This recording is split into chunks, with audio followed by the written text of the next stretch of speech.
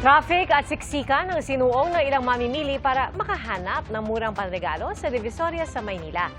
At saksi live, si Katrina Son. Katrina, may namimili pa rin? Pia, 2 araw nga bago ang Pasko, mas matindi ngayon ang dagsa ng mga mamimili ng mga gifts para sa mga mahal nila sa buhay. Dito yan sa Divisoria sa Maynila. Gabi na, dagsa pa rin ang mga mamimili dito sa Divisoria sa Maynila.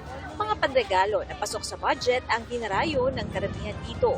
Si Maylene, dumayo pa mula sa Nueva Ecija kasama ang asawa at mga anak.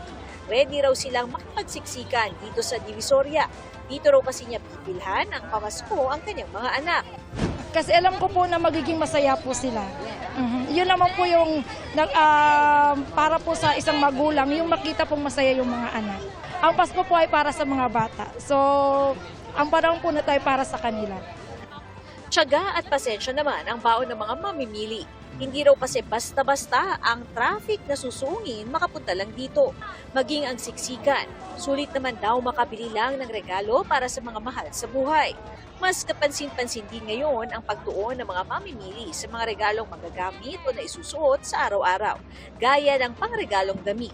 Makakabili na ng ternong damit na pambata sa halagang 70 pesos hanggang 150 pesos. Ang mga shorts naman ay mabibili ng 2 for 150 pesos. Di rin mawawala ang mga regalong pambata tulad ng mga laruan na mabibili sa halagang 25 pesos pataas. Mga kikay bags na 150 pesos ang isa. At mga party dresses for kids na 200 hanggang 250 pesos ang halaga. Ang mga personalized gifts, mabibili naman ng 100 pesos pataas. Mas magagamit kasi ng re-regaluhan ko. Kasi po kung pera po, parang wala lang din naman po. And then pag ganito po, halos araw-araw nila pang trabaho, panggamit po talaga pang araw-araw nila. Kahit maliit lang na nabili mo siya, pag binigay mo, at least naalala mo sila. Ang mga nagtitinda naman dito, may kanya-kanyang diskarte rin para makabenta. Ang ilan may mga pa-last minute discount at promo pa. Nagbabawas din po, ma'am. Ganun din po. Kasi parang ano na sa kanila yun eh. Parang masaya na sila kahit konti nababawasan. Parang handog, pamaskong handog mo na sa kanila yun, ma'am. Naglilist talaga kami. Pag halimbawa maramihan, less 10, less 15, ganyan. Depende po. Ngayong gabi, mabili na rin ang mga gulay at prutas na gagamitin sa handaan. Busy kaya ngayon nag-time na familiar. Minsan pag ganun, pag malapit na yung siyempre, tataas sila. By 25, baka wala na magtitinda kasi mag-i-spend sila ng Christmas sa family nila. Para magaga kasi maraming tao ngayon pag bumibili. Kaya inaagahan na namin maganda.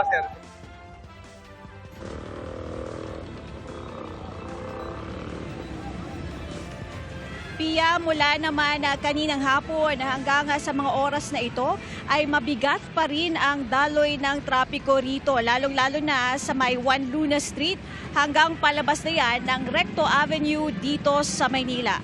At live mula dito sa Divisoria para sa GMA Integrated News. Ako si Katrina Son, ang inyong saksi. Blacklisted na sa Pilipinas ang 2 Chinese national na inaresto ng Bureau of Immigration. Isa po sa kanila wanted sa China para sa kasong kidnapping. Saksi si John Consulta.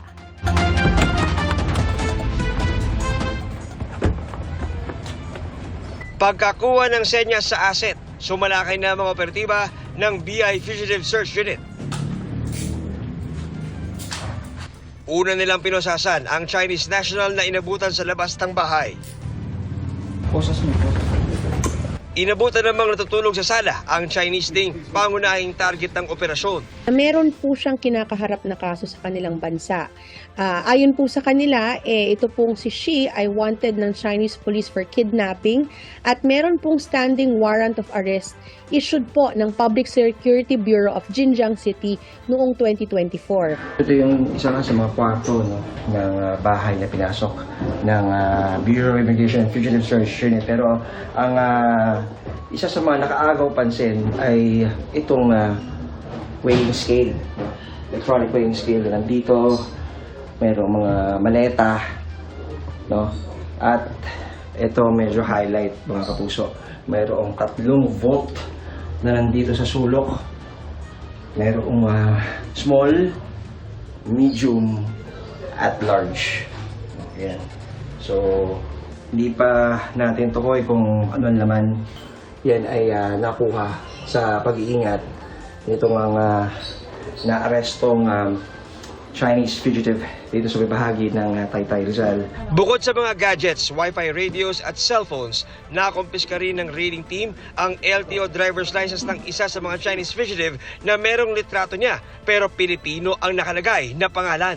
Tuluyan nang naipa-deport pabalik ng China ang primary target na Chinese fugitive, habang ang kapwa niya Chino na unang inaresto nakapila na rin for deportation. Blacklisted na rin ang dalawa rito sa Pilipinas. Para sa GMA Integrated News, John Consulta ang inyong saksi. Kasabay na uwian ng marami para sa Kapaskuhan ang simula ng matagal nang hinihintay na rehabilitasyon sa EDSA. Binabantayan din ng mga PUV na namamasada kahit kolorum. Saksila, si Bam Alegre. Bam? Pia, 3 kolorum na van na biyaheng probinsya ang na-intercept ng mga otoridad dito sa Cubao, Quezon City. Nahuli ang ilang van na ito na bibiyahe sana pa probinsya, isang araw bago ang bisperas ng Pasko. Papunta sana ng Isabela at Camarines Sur ang mga van, pero wala maipakitang kaukulang dokumento ng sitahin ng SAIC o Special Action and Intelligence Committee for Transportation. Kumpiskado ang kanilang mga plaka at for impounding ang mga sasakyan. Kukunin din ang mga lisensya ng mga driver at titikitan. Kailangan itong tubusin mismo sa LTO. Depensa ng driver ng mga van, mga kamag-anak lang daw ang sakay sana ng sasakyan. Pero sa pagsisiyasat ng SAIC, may ilang pasahero na hindi nila kakilala o kaano-ano. Ito po'y napakadelikado para po sa ating mga kababayan sapagkat hindi po sila covered ng mga insurance ng mga sasakyan pong ito at yung pong yung pagiging kolorum ay illegal at yung pong mga pamasahe ay hindi nare-regulate. Yung mga sakay po namin, sir, alos mga konektado lang din po sa pamilya po na mga gusto pong makauwi ngayong Pasko. Kanina, abala na rin ang provincial bus station sa EDSA Cubao ng pasyalan namin. Patuloy ang pagdating ng mga pasahero, bitbit ang kanilang mga bagahe, pauwi sa kanilang probinsya bago ang Pasko. Sa PITX, nagdagdag na ng mga bus. Bandang tanghali, nagkaroon ng ilang segundong power interruption pero hindi naman nakaapekto sa operasyon. Mula December 19 hanggang kahapon, nasa 800,000 pasahero na ang dumaan sa PITX. Naasahan po natin na 23 po ang pinakamaraming mga babiyahe dahil ito na po yung last day bago po yung start ng ating Christmas holiday. 190,000 to 200,000 po nakita natin for today. Nasa 1,600 special permits ang inisyu ng LTFRB para sa dagdag na bus. Meron pong congestion ngayon sa Port of Matnog dahil sa volume lang talaga. So yung turnaround time ng ibang bus medyo tumatagal more than usual, no? So yun ang ating minomonitor kung kailangan pa talaga mag-issue ng additional special permit. Kasabay ng exodus ng mga sasakyang biyaheng probinsya ang simula ng rehabilitasyon ng EDSA bukas alas 11 ng gabi. Naglabas ng schedule ang DPWH para sa 24 oras na pagkukumpuni hanggang December 27. Sa southbound, may concrete reblocking sa ilang bahagi ng P. Celia Street hanggang Rojas Boulevard at tramo flyover hanggang P. Celia Street. Gayon din sa northbound ng Rojas Boulevard hanggang Park Avenue at Park Avenue hanggang Taft Avenue. Asphalt overlay naman ang gagawin sa ilang bahagi ng EDSA Orense hanggang Urdaneta Village southbound, EDSA Orense hanggang Magallanes Interchange at tramo hanggang Loring Street. Magbibigay ang DPWH ng panibagong schedule ng pagkukumpuni para sa December 28 hanggang January 5. Wala ring coding mula ngayong araw hanggang December 25 at mula December 29 hanggang January 2.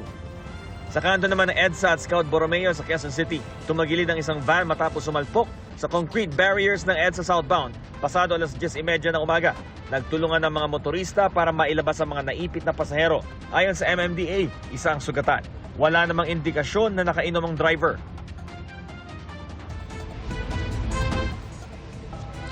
Pia, makikita ninyo sa aking likuran, ganito karami yung mga pasahero rito na naghihintay ng masasakyan. At patuloy naman ang pag-ikot ng DOTR SAIC para tiyaking walang biyaheng kolorum. Mula rito sa Cubao, Quezon City, para sa GMA Integrated News, ako si Bam Alegre, ang inyong saksi. Inaasahang magpapasko habang nakadetine sa Senado ang mga dating DPWH engineer na sina Henry Alcantara, Bryce Hernandez at JP Mendoza, gayon din ang kontratistang si Curly Discaya. Tinanggihan kasi ng Senado ang hiling lang makalabas pansamantala ngayong Kapaskuhan. Ating saksihan. Ito ang 15 milyong pisong ibinalik ng kontratistang si Sally Santos kahapon bilang bahagi ng proseso ng restitution o pagbabalik ng pera sa gobyerno. Si Santos ang may-ari ng SYMS Construction Trading, nadawit sa mga ghost at substandard na flood control project sa Bulacan.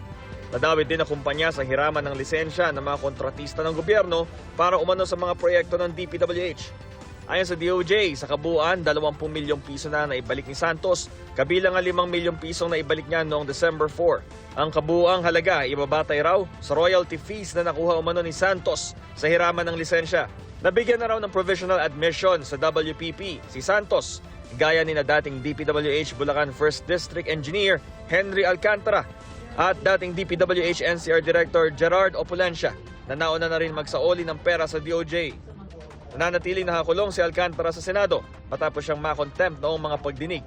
Kasama niya roon ang mga dati ring DPWH engineer na sina Bryce Hernandez at JP Mendoza, gayon din ang contractor na si Curly Discaya. Ayon kay Senate Blue Ribbon Committee Chairman Panfilo Lacson, humiling ang 4 na pansamantalang makalabas ng Senado para sa Pasko. Pero inaprubahan daw ni Senate President Tito Soto ang rekomendasyon ni Lacson na huwag silang pagbigyan. Ilang beses kasing nagbabala si na Ombudsman Jesus Crispin Remulla at Pangulong Bongbong Marcos na maglalabas ng warrant laban sa kanila bago magpasko.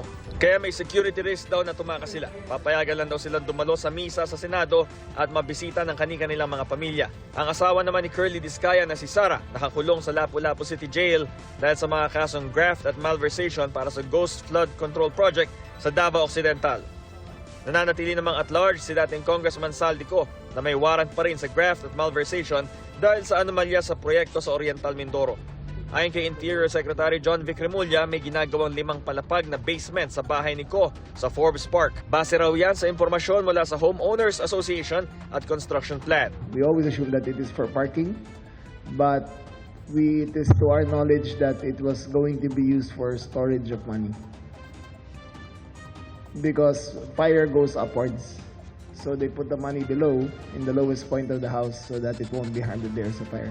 Pinabulaanan na yan ng abogado ni Ko.